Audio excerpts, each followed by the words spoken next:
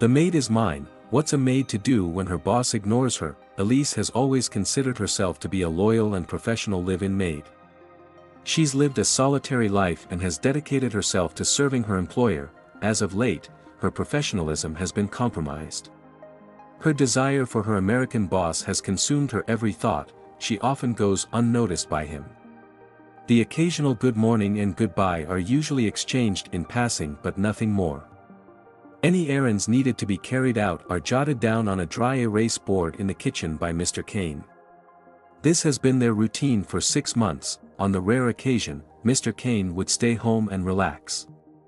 On this particular day, Elise decided to take a risk.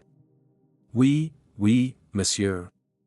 I am doing good job, she asked in her broken English. Elise flaunted her new attire in front of him as she dusted the lampshade. He replied, yes, you are. He was too absorbed in his automotive magazine to notice what she had on display. Are you to be certain of that, Monsieur Kane? Yes, very much so, he reiterated while he continued to read. She walked a little closer toward him. Is there anything for me to do for you? You are boss, I will do for you a special something, she asked in a flirtatious tone. Confused by her question, Mr. Kane peeked around his magazine to see her in front of him wearing a tight black French-made uniform, complete with black stilettos and a white ruffled lace trim skirt. Her tits pressed so tightly together that they practically popped out of her top. A portion of her large pink areolas exposed.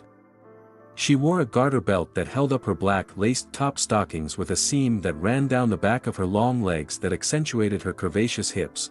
Elise crossed one leg over the other and slowly spun herself to face the opposite direction. The skirt lifted with her twirl to momentarily unveil her milky, smooth cheek. Effortlessly, she bent over and picked up the duster that was deliberately dropped. Her exposed heart-shaped ass and wet naked pussy were gloriously revealed. Mr. Kane was amused. He looked around the room. Is this some sort of joke? While her back was towards him, she cringed from embarrassment. Then panic began to set in. If he were facing her, he would have seen the tears begin to well up in her eyes. Her voice quivered as she replied, no joke, Monsieur Kane. My apologies to have offended you.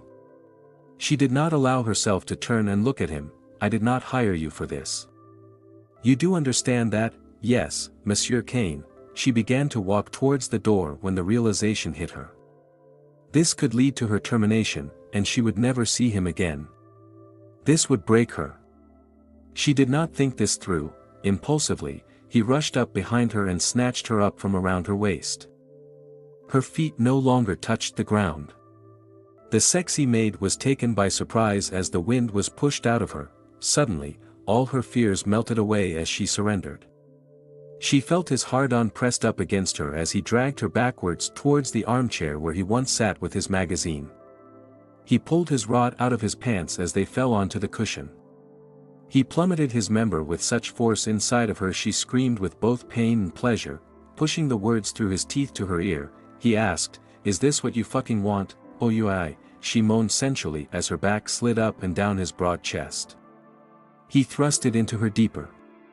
Her eyes were shut tight and mouth barely opened. It took an effort to breathe. She took in a small breath. He slowed down, moved her long auburn hair over her opposite shoulder while he whispered in her ear.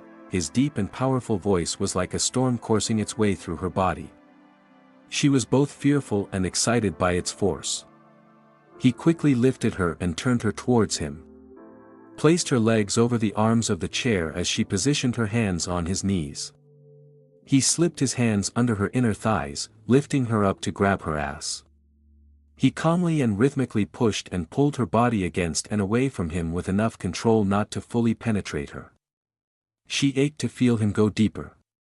He kept this up for a bit until he removed his arms to embrace her waist, plunging into her ripe pussy with all his might. Finally, he immersed his cock deep inside. She threw her arms around his neck. That was the moment she left this world to be part of his. He became everything to her. Every thrust was partnered with theirs as she squirted all over his lap. Her emerald-colored eyes watched the intensity in his deep-set brown eyes. She knew it would soon be over if they continued this way. She attempted to remove his out from her sopping hole. He pulled her down and held her, nestled his head into her neck and breathed her in. She wanted to give in, but couldn't. She managed to pry herself away. She stood and leaned over him. With a firm hand, she stroked his as he grunted. Her free hand grabbed his hair and pulled his head against her cleavage. As he admired them, Mr. Kane uttered, "I want them. I need them." He squeezed them together to suck on her gorgeous tits. The feel of his wet tongue on her and the sounds of his slurps stimulated her so. He devoured her. He desperately tried to fit her entire bosom into his mouth. As she attempted to go south, he pulled her back into him. He was fixated on her voluptuous mounds. She felt it bounce back as he reluctantly released it. She moaned. She got down on her knees in front of him. She spread his legs wider to have full access to his balls. She leaned in closer to smell them while still firmly stroking his. Her face was buried, taking him in. She wanted to hold on to the memory of his musky scent. She tenderly kissed them and took them into her mouth. She then traced her tongue up his inner thigh and lapped up her own juices from his pelvis. Her taste and his smell combined were evocative, familiar, timeless. While her hand was tightly wrapped, she pulled back his uncut skin to reveal his bulbous tip. She circled her tongue around it. His throbbed with anticipation. She felt it pulse in her hand, then took it deep into her mouth. She came back up for air and continued to make circular motions with her tongue on his tip. She tilted her head and wrapped her tongue and lips around his shaft. She hit up and down, then gripped and squeezed it hard once again, making him moan. She released her grip and slowly took him deep in her mouth. The teasing took him over the edge. He grabbed her head and thrust himself deep into her orifice. It's exactly what she hoped he would do. She loved the way he took control. Her eyes watered as she gagged on it. She drooled all over the delicious that she has wanted since her employment began. She could tell that he was about to in her mouth. He pounded the back of her throat. Then he slowed down and released her. She came back up for air and she teased his helmet again. She felt him getting anxious. He was about to grab her head again, but stopped himself. He pulled on her hair to expose her long neck. She placed her hands on the arms of the cushy chair. She lifted herself up and down his shaft. She lifted herself to the tip again and eased down without resting on it all the way, bringing out the beast in him. He was about to lose all control. His grunting further aroused her. He pulled her head close to his and kissed her hard. Their tongues entwined. He then took hold of her lower lip as he picked up speed inside of her. She never imagined he would desire her in this way. She wanted him to continue to her hard and deep, but this was all about pleasing him. She was there to serve him, pulling herself away from him once again. He yanked her down onto his. His arms found their way between her arms and her ribs. He grabbed a hold of the top of her shoulders with his hands, moaning in ecstasy. Her warm nectar flowed past her walls onto his lap and dripped all over his balls. Taking one of his hands off her shoulders, he rubbed her with his thumb. They were soaked from her juices.